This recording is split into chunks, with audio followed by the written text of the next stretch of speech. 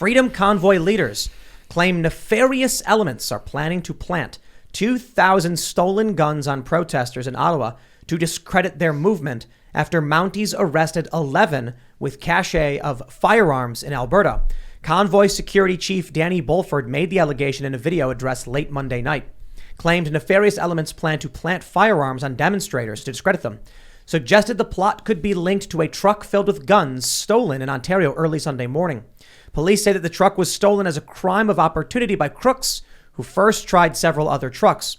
But Bulford thinks it could be a dark plot to crack down after Trudeau's emergency declaration. On Monday, Mounties seized 15 guns and arrested 11 at a border blockade in Coutts, Alberta. Convoy leaders have declined to address the arrests, cutting off a press conference when asked about them. Now, I don't know about all that false flag stuff, conspiracy stuff, but I will say they're trying everything in their power to shut this down. So what do you guys think in terms of plausibility for something like this? Well, I think from the very get-go, what's been happening in Canada is just completely slanderous. I mean, they've been calling them domestic terrorists. They've been calling them a threat. They've been calling them insurrectionists. It's like the same buzzwords you see across the entire board. They did the same thing with J6. But this is interesting because there are legitimately peaceful people in this protest, but they still use these words and these slander against them. So you have to ask yourself, like, you're seeing their federal government try so hard to slander who these people really are. I mean, this is a protest with bounce houses and inflatables, and there's children, and people are just demanding freedom, and it's like not violent. But when you read something like that, it's really not that too far off to be like, maybe something like that could be going on, because they're trying to slander these people from the very get-go. That's the problem, is that the slander is not sticking, right? So at this point, they have to make these people look violent. And I think they would probably resort to any means in order to do that. Yeah, I'm not one for these kinds of conspiracies. You know, show me the hard evidence, speculation.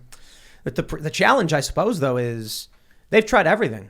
You know, they've tried claiming this violence. They've tried using. They did the swastika. They did the what was it? Confederate flag. The Confederate flag. They haven't done the N-word yet. Let's see if they can say one of the truckers said it. Give it time. They've done QAnon. None of it is working. Yeah. They're trying everything and anything to discredit people that just want freedom. And that's what people need to, like, really. These are people demanding freedom. They want bodily autonomy, right? Like, they're really not calling for anything else other than we don't want to be forced to take a jab, right? We want freedom. That's what we want. And it's crazy when you see them slander them as, like, you know, they're xenophobic. When you have like minorities, or you have immigrants that are truckers in Canada. There's a viral video of these like Indian guys and they're on chairs or whatever, and they're bouncing and playing music and everyone's dancing to it, and it's like Punjabi music. Yeah, and those are the xenophobes, those are the racists, but it's like it's these same buzzwords over and over again. But I think people really need to ask themselves, like, what you got to think about it invertedly, right? If you're a totalitarian psychopath, those people are terrorists in your eyes. Those people are a problem. Those people do pose a threat to you. Because if you are a totalitarian psychopath, anyone that's demanding freedom in any way, shape, or form, by definition, that's what they are in your eyes. And I think a lot of Canadians that are just kind of in the hive mind right now, and shout out to Canada, I love the Canadians, man, but there's a lot of people out there that just eat up, just like here in the United States, that eat up these lies, and they just believe them and they gravitate towards them. It's like, well, the government said so it must be true. But in a sense, what I'm trying to say is they are a threat to the regime. They are terrorists to the regime, because they pose a threat to what they want to control. If you're the high life royalty atop your ivory tower, and the peasants have made their way in, heavens. Yeah, they're absolutely disruptive to your way of life. It's the Lord Farquaad mentality, right? Yeah, 100%. Yes, exactly. And I think people need to just have you ever stopped to consider the perspective of Trudeau? You know, he's sitting there minding his own business with his tea crumpets and expensive champagnes, when all of a sudden these dirty pores are trying to tell him what to do. I mean, yeah, these people absolutely are terrorists going after him. Oh, heavens. Well, yeah, he's given us explicit insight into how he views who he is versus who the deplorables are, because that video that's recirculated lately of him talking about how much he admires China and the Chinese government for being able to, I think he said, be able to turn their economy around on a dime, whatever that means. And at the same time in that video, he also insults other people Harper. Harper for wanting to be a dictator, and it's like, What? What? Project much? Right. You're the one advocating for it. One of the problems I've got with the trucking convoy now is I don't know what they want, and I'm What confused. are you talking about? They want to end the vaccine mandates. Yeah. But they want more. I just watched a video with the trucker on national news somewhere. I'll find it on Twitter. It was like British news or something, and he was like, "So what do you want?" And the guy's like, "We want to," and he's like, "You want to end the vaccine mandate?" He's like, "Yeah, we want to end that." And what else do you want? Well, we want freedom.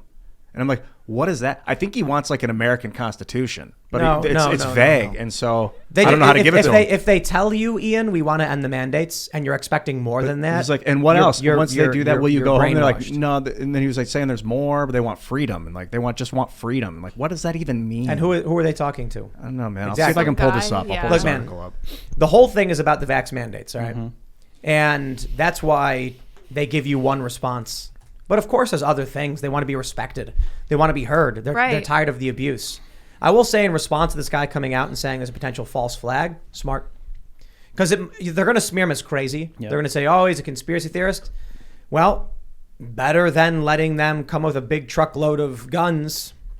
Yeah, the other part of what I was going to say is I'm glad that this story is shouting out that there are leaders involved, because that was the problem with Occupy Wall Street is there was no leadership. And so there was no unified message, and it dissipated. I hope that these leaders can put one together. Yeah, I think they do have very strong leaders. And I know that one of the things that I was seeing from the press was they were saying that the word freedom has become supposedly a right-wing talking point. And I was like, there you go. That's it. That's how everything's shaking out right now. And that's how you know which side of history you want to be on. Do you want to be on the side of history that says that freedom is a right-wing talking point? Or do you actually care about freedom and want people to make their own choices? 90% of truckers have gotten vaccinated, and it's not enough for them. They're still not allowing that last 10% to live freely and to work freely and to cross the border freely. That's all they want. They just don't want the last 10% who feel like they shouldn't have to take it to have to take it. That's basically what they want. That's their version of freedom. I was laughing this past weekend because the counter protesters started coming out. You know, they're running around with their commie flags and all that, right? And you see some of these protests. I posted this on Twitter the other last weekend. Some of them are like throwing themselves in front of trucks, like into oncoming traffic, and it's like, so you're counter protesting people shutting down streets by shutting down streets and throwing yourself in front of oncoming traffic, because you know that just makes total sense. It really does, in a very counterintuitive but very human, ancient way. They are advocating for enslavement. They really are, and that's not the first time this has happened. Like, that does happen. Sometimes in certain cultures, people advocate for enslavement, and they're literally doing that, and it's terrifying. There were a lot of people that were defending Ron DeSantis and Florida when they were passing this bill, the anti-rioting law, that makes it a felony to block the roads in certain circumstances. And I said, nah, man, you can't. That's why I'm not in favor of that. And we've had people come here and argue and say, no, there should be harsh penalties for these people. And we always say this, you pass a law, it will be used against you. Now, of course, this is up in Canada. I know, not Florida, not the same thing. But if we want to have an American trucker protest, all of a sudden these anti-riot laws come into play. The left will be laughing and being like, "Oh, you got what you asked for. Here we go, baby. We're going to start arresting all these guys on felony charges." So, I think you've got to give room to nonviolent civil disobedience. That being said, as for what's going on in Canada, Trudeau's lost the plot. War powers or emergency powers or whatever he's doing over what? Bouncy house? Over inflatables. But think about it. It's over jacuzzis. It's over people not wanting to serve, not wanting to participate. And so they're treating these people who are just saying no to the system as if they're violent extremists. It is so interesting to me because this smacks of what America is trying to do by painting all right-wing people as a form of terrorists. Because one of the things that the emergency powers in Canada are supposed to do, they're supposed to protect Canadians from like actual threats to their physical well-being. And I think it was Ben Shapiro I was listening to earlier today made the point about how there were riots in Canada like last year, not to the extent there were in the US, but the Black Lives Matter stuff was going on in Canada as well. Never shut that down. They never said we need emergency powers for that. That was actually a threat to Canadian businesses and to Canadian lives and well-beings, and they just didn't care. This is different. This is political. This is deeply troubling to me. I have a serious problem with this. Not good. Yeah, Trudeau's, he seems sad. He seems worried. You watch these videos and it's just like, he's talking with Biden. He has no idea how to handle this. And what he's doing now isn't working. Yeah. And they're beyond desperate. But what do they do? What do you do? You know, he's like, I'm not going to call in the military. I won't do it. But eventually, you know, if he moves in and uses force, it'll only make it worse. So it's time, he and the rest of them realize they lost. It's over. Is this crackdown going to work? I mean, after going on 3 weeks of this, or 2.5, or whatever it is, I'm really curious to know if this crackdown will work. I don't know if it will or not. Well, define work. Will it be a CCP style suppression of people that are literally advocating for freedom? Like Tiananmen Square? Yeah, exactly. Tanks rolling That's in? exactly what I'm thinking of. Will they move into that realm of suppression, and will it work? Because it's worked over there. Well, it works, but it works to like get the trucks off the road. But whether or not it works to preserve Canadian, freedom, I don't think you can blast your own citizens and expect to stay in power in this day and age. Well, there's Not in different Canada. There's different arts of warfare, right? There's obviously like military powers, there's physical war, and then there's monetary, like there's like economic war, right? There's cyber warfare. There's all types of different ways you can go about taking your enemy out. And I think they're clearly right now using psychological warfare, and they're shutting down bank accounts. They're trying to use economic warfare by drowning these people out. They already took to the streets and tried to take their gas, but I think they're trying these different things, and in my opinion, I think they're pretty serious things. I mean, when you're trying to like shut down someone's bank account because they're asking for freedom, that's a huge problem to me. That's just as serious, in my opinion. Yeah, I could see, like, what is these 24-year-olds going to get their bank account shut down for the rest of their lives? Is that the plan, Justin? No. Dude, without court orders, maybe this is just lining everybody up for when the social credit system comes in. Yeah. This is just prepping it all. Or, I was saying this story reminds me of Watchmen. Maybe in order for them to, for the powerful elites to enact their one world currencies or whatever, international free trade agreements they want to get through, they need people to unify around a villain. They embody all the things they don't want people to do, be jerks about it, and then everyone pulls back and does the opposite. So Bitcoin, for instance, how do you get mass adoption of a different currency? Destroy the other one, be a villain, make everyone think it's the safe haven. Quick, everybody run. Bitcoin's the only way to save you. They're freezing our bank accounts. Then all of a sudden everyone's using a global digital store of value that's trackable. That's how they used to hunt buffalo, man. They just chase them off a cliff. Scare them to run towards wherever they thought was safe, and it happened to be a cliff that they would run off of. And then they would climb down and just pick them up. Yep. That's how, don't tell like hawks and like falcons or whatever, they do that for goats. Oh, maybe. I don't know. Yeah, like the mountain goats will climb up and be licking salt or something, and then the big bird just swoops in and hits it, and then just flips off the cliff and Oh, yeah, I've slams seen into them the do ground. that. That's wild. Yeah, that's one way to do it. Man. This is. I think I saw a Trudeau quote earlier today. I think he was saying, and I'm paraphrasing, someone could find this if they're listening.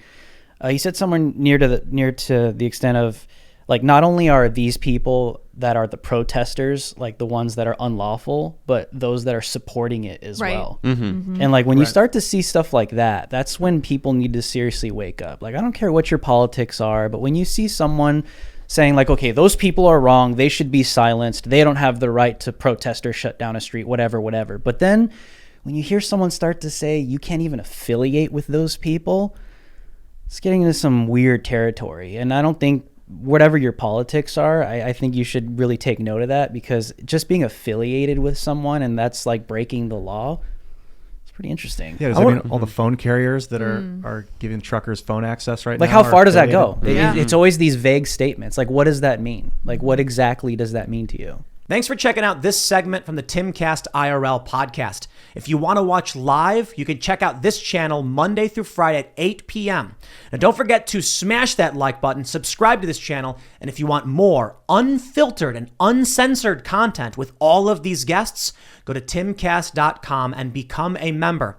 All of these guests you know and love in exclusive segments on our website where we are unrestricted in what we talk about, so you'll definitely not want to miss it. Thanks for hanging out. We'll see you all next time.